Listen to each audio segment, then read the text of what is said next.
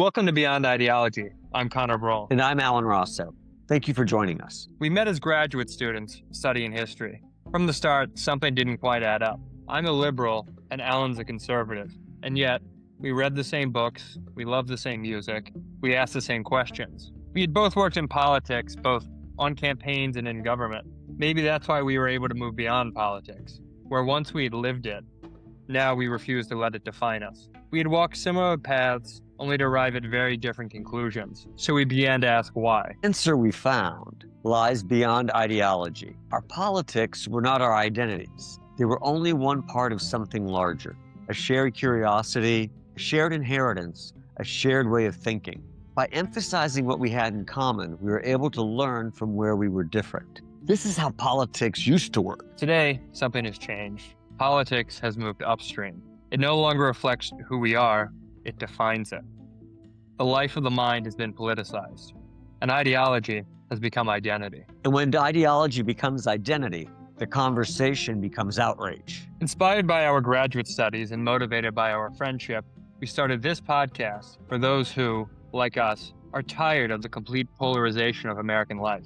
We're here to fight back against the partisan shackling of the mind. We believe firmly that politics is downstream of something deeper, of history, of culture, of philosophy and literature and art. These are not just the forces that shape societies, they are the ingredients that make us human.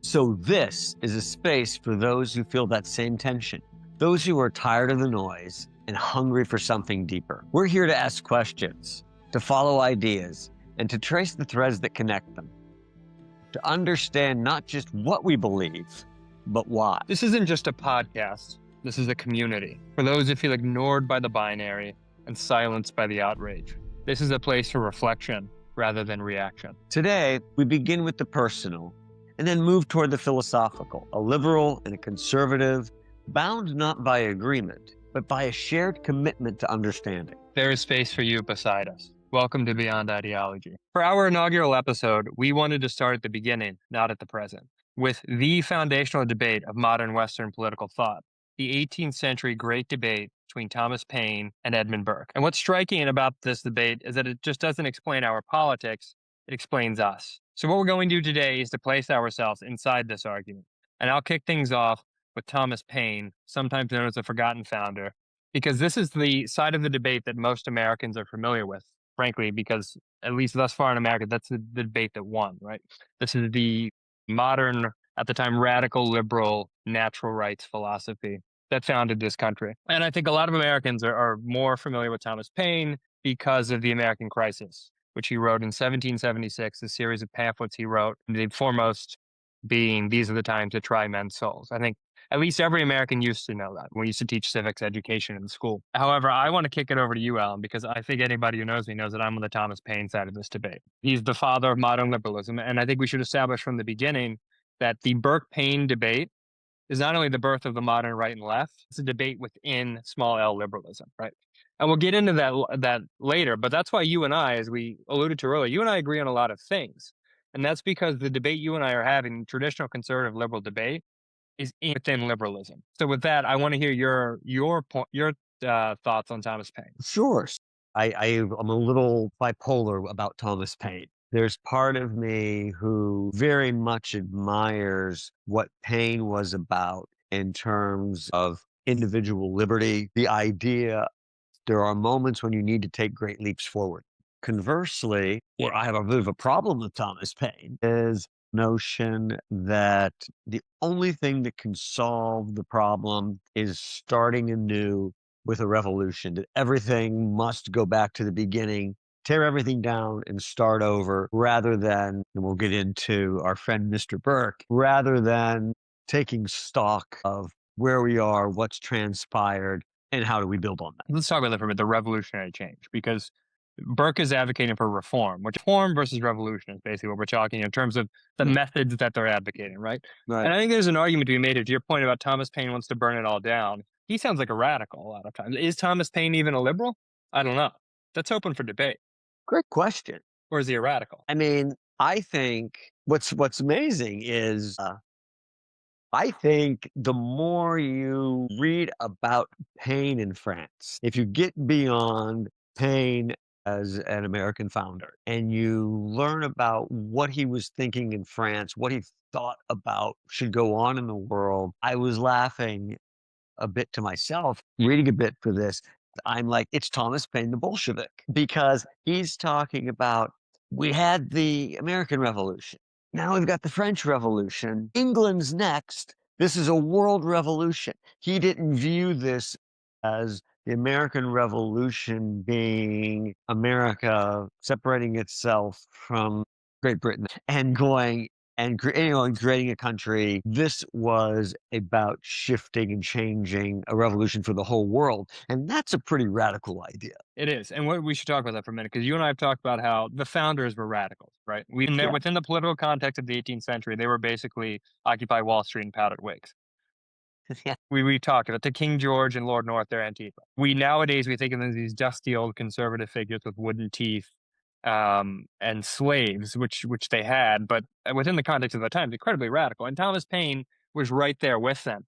The thing is, the birth of the modern American political party system, which is obviously within this debate between Burke and Right. Paine, at the same time, is the 1790s over the French Revolution, where you see the Federalist split and the Anti-Federalist split, where you're starting to see Hamilton and the fault lines of modern liberalism, which we should get into, because one thing Thomas Paine isn't, despite all of his millenarian world revolution, he's not a statist. And modern liberalism is a statist phenomenon. And that's why I find it as a liberal, it's hard sometimes to put Thomas Paine into a box. This is what's going on politically. But I want to talk about and bring it into ourselves and our own Mhm. biases and how we got to where we are. Because I think similar to Thomas Paine, and I can only obviously speak to this side. The argument we're making here with Beyond Ideology is that one's ideology or any kind of ideology is the sum of elemental factors, right? Right. And we're arguing against people taking their ideology and then building a worldview upon that.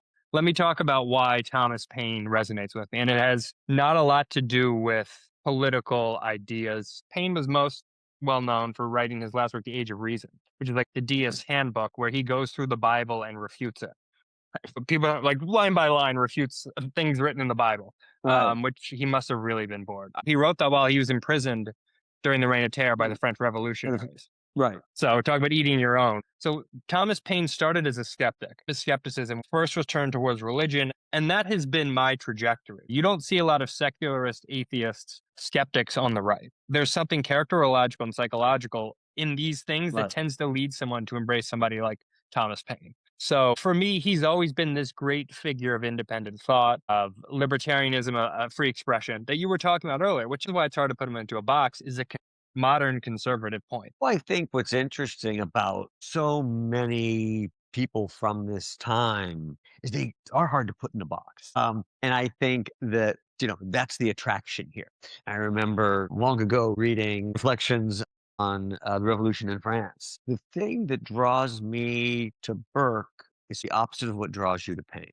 It's this idea that first, and I think this is often a misconception of right and left. Burke is an optimist in a way that Paine is not, right? Paine's a bit of a contrarian. Burke is an optimist. Also, Burke is not strongly religious. You don't read a lot of religion into what Burke writes. But unlike Paine, who took the opportunity to refute religion, Burke is grounded in it.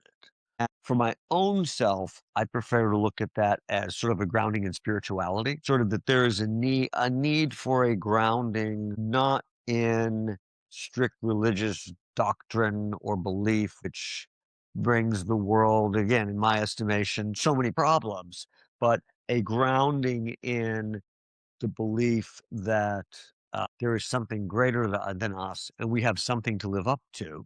The thing I really love about Burke is not only taking the time to respect the past, but to realize you are responsible for what you pass on to the next generation. Whereas Paine talks about, well, let's just have every law that's passed expire in 30 years so the next generation can just revisit it for themselves. There's an attractiveness in that. Um, we all live with antiquated laws, and some of the issues that they cause. But I think it just, to me, shows Burke is fundamentally about respect. Paine is fundamentally comes down a little more, if you will, on the side of chaos. Sure. And that's a good point. The order versus chaos, which the book we should reference Yuval Levin's Yes, book is what we started. The Great Debate is what we're grounding this conversation in, that and our own experiences. Please go read it. It's a wonderful book written by a conservative. Great book. And I should fantastic say book. great book. We can talk more about the book later, but it struck a chord with both of us and gave us the idea for this. I want to talk about Burke and the things that I like about Burke. Because, Mhm. and I think this proves the point, right? I think you would agree with me if there's things about Thomas Paine that you like, right? Right.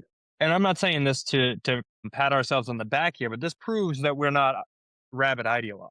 Just like Burke and Paine, we're not rabid ideologues. There are times when Burke seems like a liberal and Yeah. Paine seems like a conservative. And first of all, I find Edmund Burke to be a much more interesting and much more nuanced figure than Thomas Paine, which perhaps is why people remember him. Thomas Paine is pretty unequivocal in his beliefs and doesn't really vary much. But Right. let's talk about Edmund Burke and the misconception about conservatism being about tradition and lack of change. Because Edmund Burke, first of all, he was a Whig, not a Tory. I think everybody just assumes he was a Tory. Second of all, let's talk about all the reform movements of the 18th century, the big liberal causes. He was for Catholic emancipation in Ireland. He had a Catholic mother and a Protestant father, radical at the time. He was for the American Revolution. He brought Warren Hastings, who was the corrupt governor of the East India Company, to trial. The only thing where he stopped was being pro-French Revolution after the Reign of Terror. So that's 3 out of 4 of the great liberal causes of the late 18th century. Edmund Burke is on the side of the liberals. Absolutely. I would argue he stops when the liberals turn into radicals with the Reign of Terror. And as much as I love disagreeing with you, I think that's right. Although I will say, I think his stoppage comes a little bit before the Reign of Terror. I think that I don't want to make him sound clairvoyant or make myself sound like I'm worshiping at the altar of Edmund Burke. But I think what's really interesting is he's sort of reading the tea leaves Mm. of where this is going. And this idea of, because he keeps comparing it back to the Glorious Revolution, Britain's revolution. He's like, Britain doesn't need a revolution. We had ours. And we kept our monarchy in a different form. And here's where I have a disagreement with Burke on this point, the importance of inheritance and inherited power and, sort of a belief in even, even bloodlines, frankly. Sure. Um, not in, not privilege the way we talk about it today, but privilege truly based on Hereditary family. privilege. Yeah. Hereditary. Thank you. So Burke sort of, even before the revolution turns dark, he's saying, I think this can turn dark. And what he predicts, because this revolution is tearing everything down and forgetting about what it's built upon, what's going to happen is France is going to end up with a dictator who is going to come in and run the country because this whole thing is going to fall apart. And there was this small historical figure, Small of stature or small in terms of historical significance? Napoleon. That's what I'm trying Yeah. to remember. Right. The So Corsican rebel. this births. There's a whole other 17 episodes about Napoleon, but and the pros and cons of Napoleon. But Yeah. Burke is kind of right. We'll get there, I'm sure. We'll get there. But Burke is kind of right. Burke sort of sees what's coming. Paine ends up in a jail cell in Paris because his idealism overshadows his ability to see reality. And let's talk about it. And you and I have talked about this before. And this is where I kind of agree with Burke. You made the comment that the liberals tend to be thought of as the optimists. At least rhetorically, we used to be. Right. We were talking about the New Deal, the Great Society, the New Frontier. These were aspirational, forward-looking visions. However, the mere fact that we think that we, meaning liberals, need a strong government is rooted in cynicism. Why do we need that? Because the people can't be trusted to do what's right. So that's always been something interesting. And of course, the paradoxical, which is reflected in my own politics and psychology, I think with most liberals, is that I'm a very cynical human being. I say cynical things, but I don't live my life cynically. Right? There's a sense of I'm not an optimist, yet I still keep trying to do the idealistic thing, like Thomas Paine. Part of it's admirable, I guess. A lot of it also is, foolish. But that's the funny thing where I agree with Burke a lot. You were talking about Napoleon, is that, and this is sometimes why I can be criticized for people farther left than I am. And you and I have worked in politics, and I think that too brings somebody to the middle. We can talk about that later. But sometimes my inner Burke comes out. I say, well, that's never going to happen. That's not practical. Right. Sometimes we liberals don't play the take through. We go lead with the vision, and we're not really leading with the details, and it all turns to naught. And I think To be fair, what we see happen on the conservative side is the look to reform as opposed to revolution. And when I'm saying revolution here, not strictly meaning an overthrow of government. Revolution, fast change versus slow change. The problem when you're in that slow change mentality, and the problem that I will fall into, is even if it comes from an optimistic place, there's a little too much caution. There's an unwillingness sometimes to take that next step that just might bring things over the finish line. I think more than it being optimism and pessimism, I think it's pace. I agree. But let's talk about, and this is one of the things where Burke starts to lose me. I'm using Burke's skepticism against him here. I'd like to think he'd be proud of me for doing that. But when you're talking about the pace of change, right? And we talk about, you see it in this, and you've seen in this country in particular, that conservatives tend to wrap themselves in the Constitution in order to stop any kind of progress. Sometimes that's warranted, don't get me wrong, but the Southern Democrats for 70 years wrapped themselves in states' rights to give a rubber stamp to Jim Crow. That's fair. And you can make the same argument about liberals, though, sending people to the guillotine in the name of progress. I would argue they weren't liberals, but that's the flip side of that equation. I want your take on this as a conservative. Levin said this. He said that what Burke believed in was preservative improvement. Do you think that's a good definition for conservatism? Preservative improvement. I love that phrase. It's deliciously paradoxical, huh? Yeah, I think it is. The thing that perhaps I'm most interested in, whether it can be philosophy, it can be what's a good band, whatever it happens to be, is the long arc. Where did it come from? What did it do in its time? And how does it keep its meaning long term? So I think that is central to viewing yourself as a conservative. I don't have on such rose-colored glasses that I believe that humankind has been on an upward trajectory nonstop since we started walking on 2 feet. But I do think if you look at the long tail, we've continued to improve civilization more than we have undermined it. Alan, having 2 master's degrees in history, you should know that the Whig view of history has been entirely discredited by the Academy. This is correct. It has been completely discredited. I would like to say I'm proudly discredited, if that's the case. Well, and I would like to say, ironically, it's also a view of history that I agree with. So we're talking about the long arc, and right, Burke centers his view, not only his view, but his prescriptions for politics, he grounds in historical experience. Whereas Paine, it's a natural law, it's natural rights, it's a state of nature, which is the Lockean state of nature that we're all familiar with. Whereas Burke is a bit of a divergence from the evolution of Enlightenment liberalism. Let's talk about the long arc and grounding things historically. That's exactly what we're doing here at Beyond Ideology. So despite my love of Thomas Paine, we've been embarked on a Burkean project here.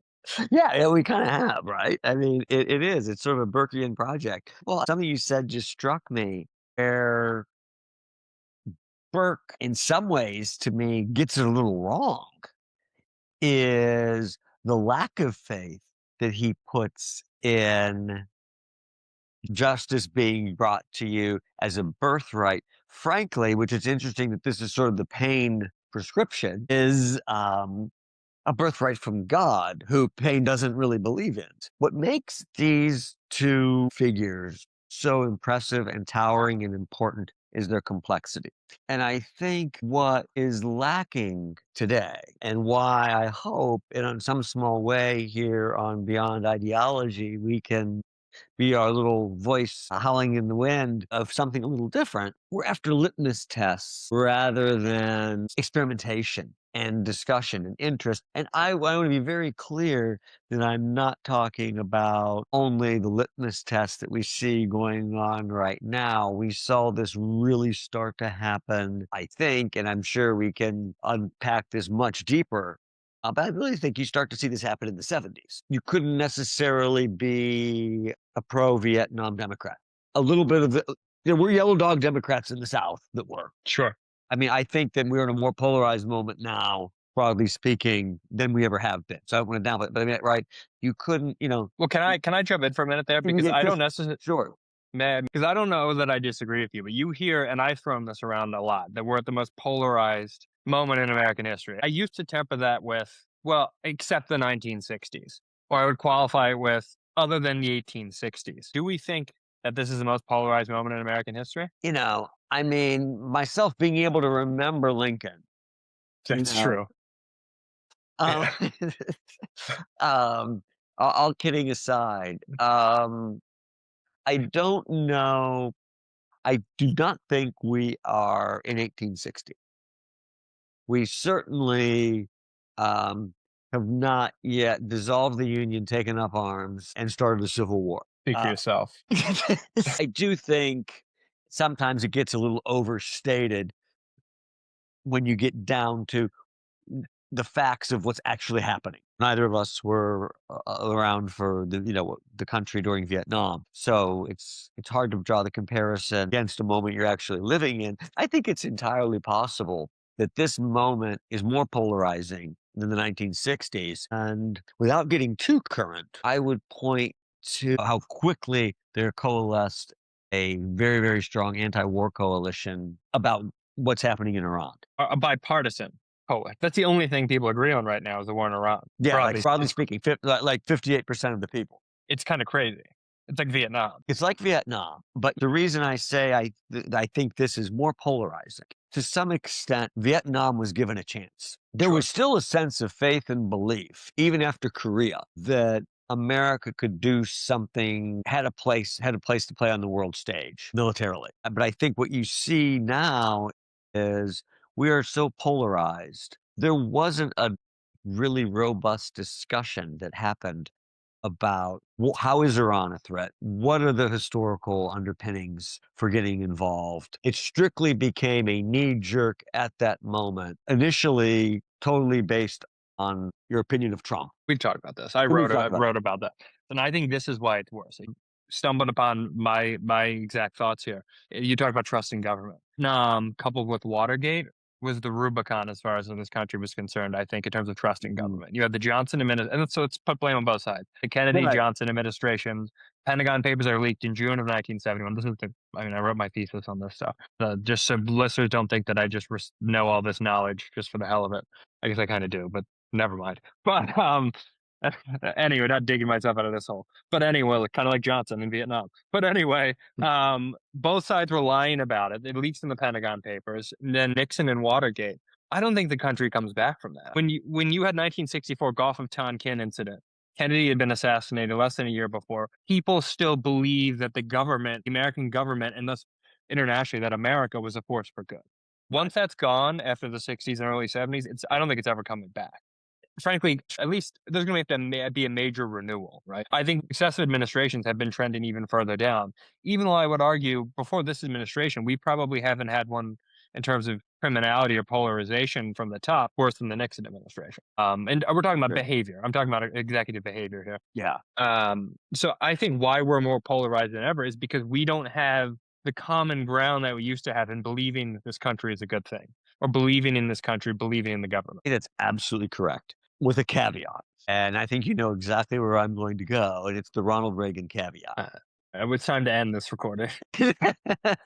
you know, for all we can debate about Reagan policy, Reagan selling out to the Christian conservatives, et cetera, et cetera, et cetera. You're absolutely right. You have this, sort of Kennedy, Johnson, Nixon, and then Carter's supposed to be this ray of light. And but at that point, Carter becomes not about distrust, it becomes about competence, Sure. whether fair or unfair.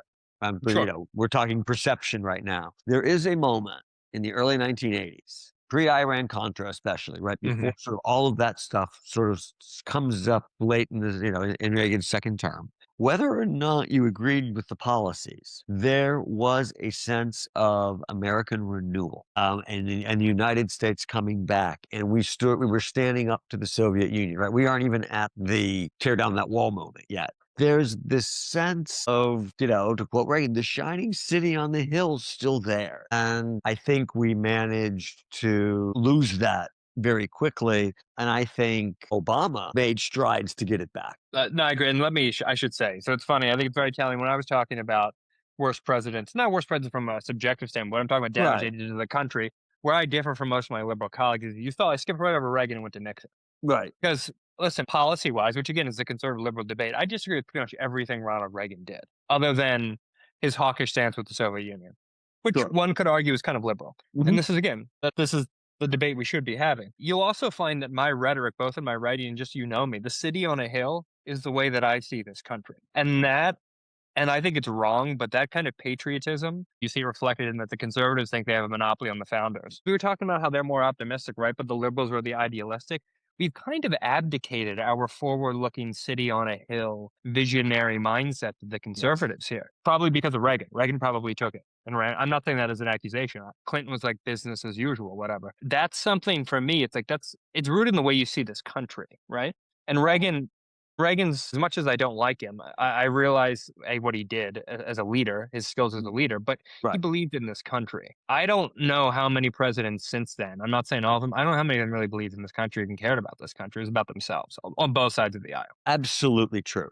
And there is no question that a lot of where I come from around Reagan and H.W. Bush is very much immersed in my younger self and when I was forming beliefs. And frankly, what I was choosing to believe, which I think is true for all of us. And however, you know, when Obama comes along, I was excited in a way I had not been excited since Ronald Reagan Yeah, about Barack Obama um, going into his first term. That soured a bit for me by the end of term one. Um, but I imagine that. imagine that. But I do think Obama captured rhetorically something that we need to have. And I don't want to hear about hope, but I don't want to hear about joy. Right. But belief, responsibility, Yeah. opportunity. Yeah. And all of those things meaning not only for individuals in this country, but for what this country should represent to the world. It ends kind of with, this domination of Trump, which has really, gone on now for 10 years. This is the low point. What he embraces and sells as patriotism and as the American image to the world is the lowest, worst possible formulation of what that means. He sells everything that's been historically worse about the American psyche and the American character. And I Yes. would say, and I'll probably crucify myself here, and I'm happy to do. You know me, there's not a hill I can go past that I don't want to die on. So I guess it's only fitting that we start our first episode doing this. But in graduate school and in my circles on the left, I mean, American exceptionalism is like basically up there with, I don't know, racism in terms of how it's thrown around as a dirty word, right? Right. And I think Obama was an American exceptionalist based on what you're talking about. I'm certainly Mhm. an American exceptionalist. We're the greatest country that I've yet seen in the history of the world, right? And this gets back to Burke and Paine. This is a very Thomas Paine thing for me to say here because I think the greatest thing about America is that it was founded on ideas. And it Mhm. was not only ideas, but ideals and an aspiration that all men are created equal. And when we've moved towards that, and this is my problem with people Yes. who are further on the left, right? They say, well, oh, well, that was always, it was unfulfilled at birth. I said, Right. yes. And also, first of all, you're not understanding what the founders were doing, right? They were completely aware of that Right. completely aware of that, and wrestled with it themselves. This is not giving them a free pass. This is to not act like I'm morally superior than historical figures because we were trained in, well, at least we were supposed to be trained in graduate school not to do that. But that's one of those academic rules that's rather under the breach these days. But I digress. What I'm saying is that and this is what we're talking about, that we've lost. Since July 4th, 1776, when Thomas Jefferson put quill to paper, we were moving towards this stated ideal. And now Mhm. what are we moving towards now? We're moving away from that ideal. And Yes. nothing, and my big critique about the Democrats, speaking as one, is we're reacting to his vision of a degraded America instead of coming up with a returning to our roots and saying this is not America, this is what America is. Right. And here is where, as a conservative, I'm hopeful. Right. Here's where my hope comes in.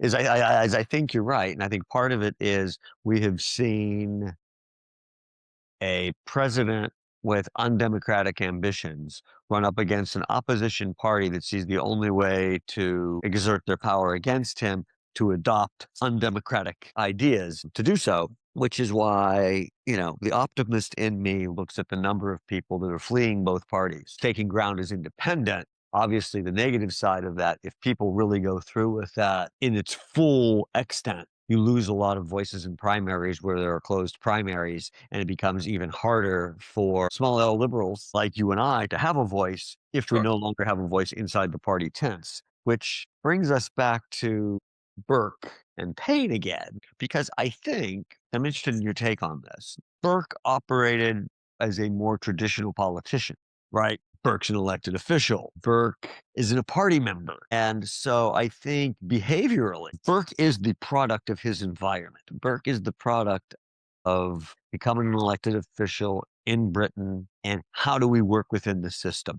Paine is a product of his environment in that it's how do we make change outside the system.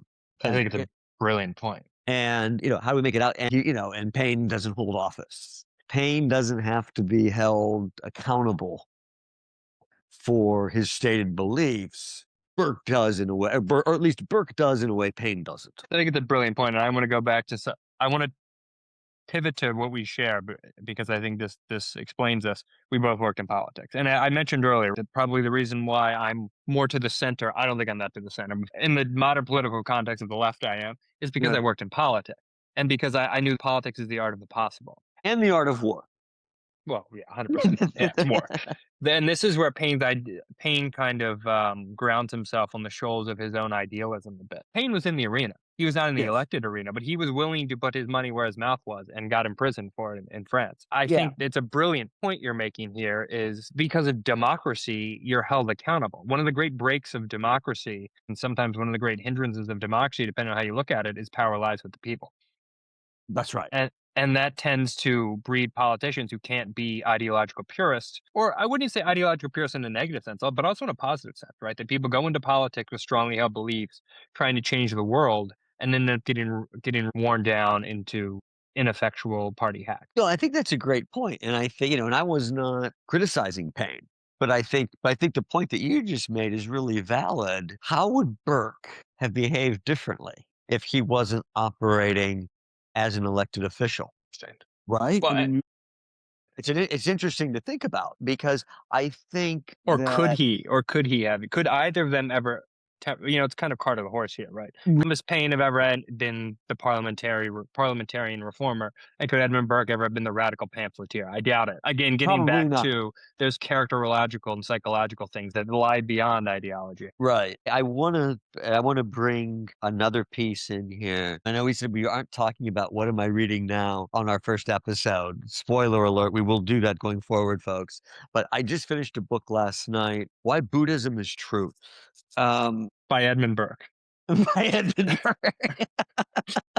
Amazing. Most people do not realize this. Very rooted in Eastern religion and philosophy. Although I think a lot of conservatism, true conservatism kind of is. But one of Yeah. the things that's interesting in this book, which we'll talk about at another time, but we talk about where do the roots of what we believe come from. And one of the reasons that this guy wrote this book, and the book is about should you meditate, essentially, and what are the benefits of meditation. But one of the things that he scratches a little bit that's interesting is a much of who we are and the decisions we make are all based on natural selection. And using natural selection, the way we approach the world, just as we're brought into it, and the way we are wired to move towards tribalism. Mm. And it takes an effort to move beyond that tribalism. It's not even people's fault. It was a matter of survival that you found people that you got along with and you stuck together.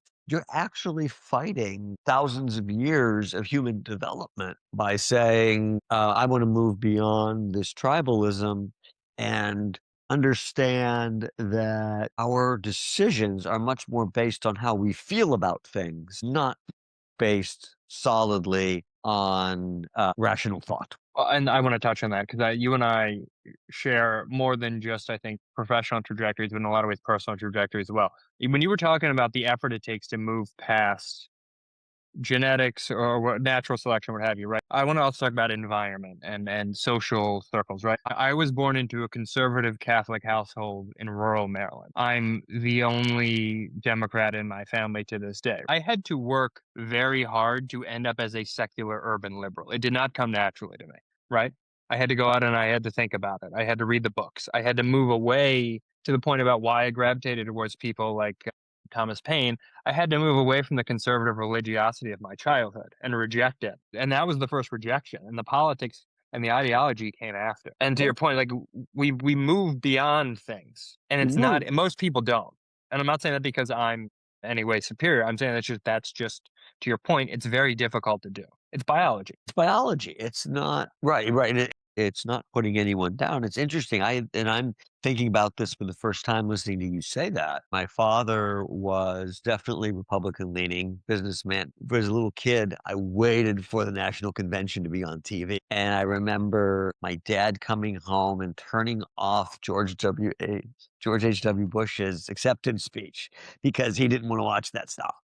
Yeah, And my on the flip side, now my mom was further left than I am, but I didn't know that till I was much older. So I was kind of left to my own devices to sort of interesting. figure this stuff out. To in a sense, but raised Catholic, but not in a strong Catholic family. One that we sat around the table one night. It was my mother, my sister, and I, and had the conversation of when did you really decide that you didn't believe what the Catholic Church was selling?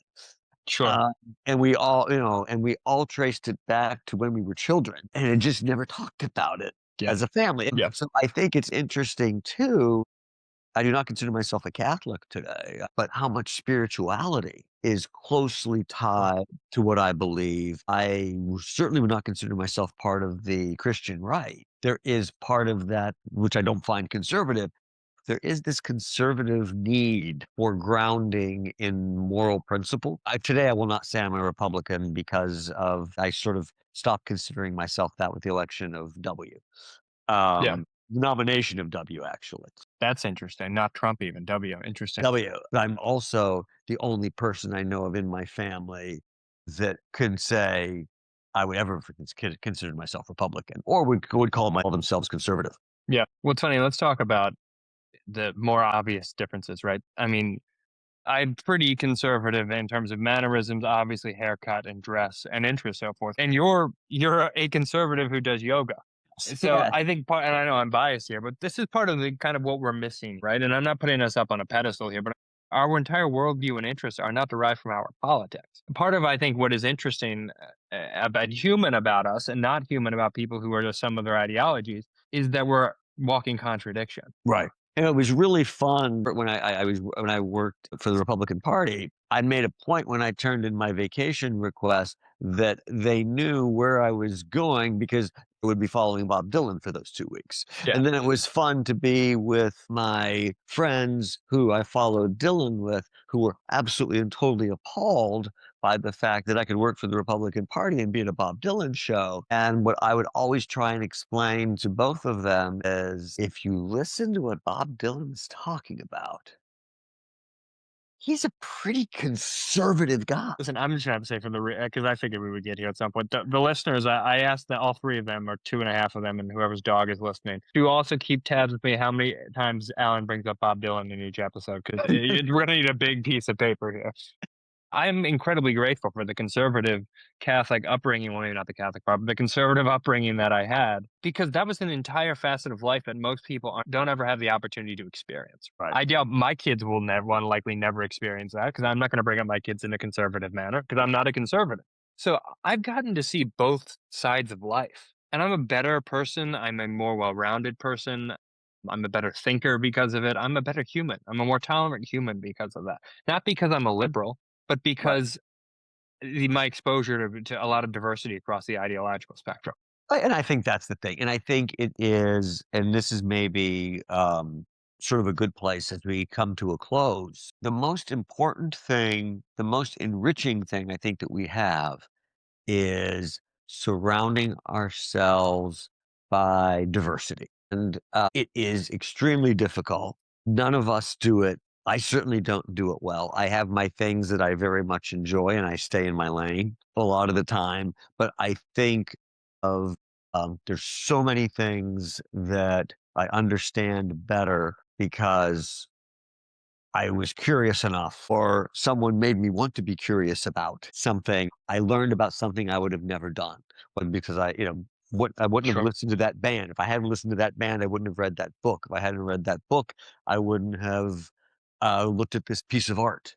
And the last thing that I want to say that I think is I saw a study on this that I found fascinating. That we talk about polarization, we talk about right and left, and we can talk about Burke and Paine. But one of the things that they're starting to see is the greatest difference that they can tell about people and how rooted they are in one set of beliefs, whether that's ideology or whatever, is by how far they have moved from their original home Geographically. Interesting. geographically.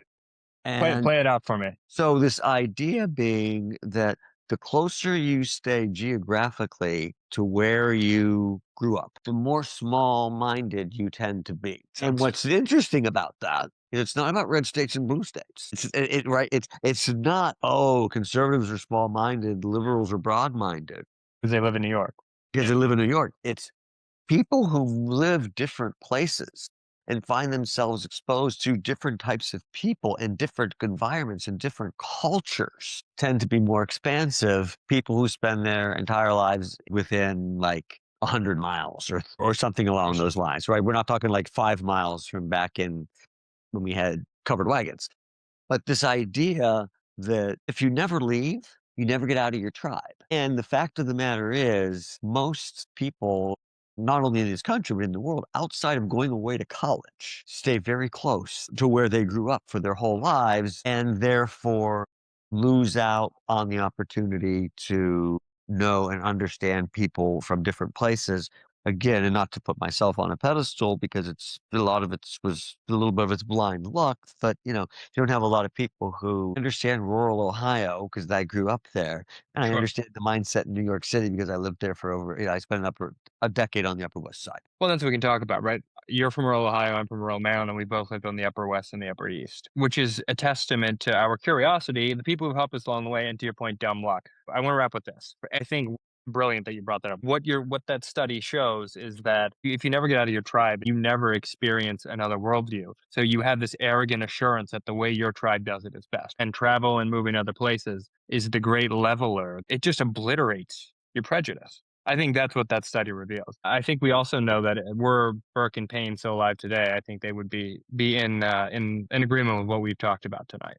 I certainly hope so, or at least they would find things to take exception with and would be both vocal about it and take the conversation in very different places. Well, Paine certainly would have, just because it's Paine.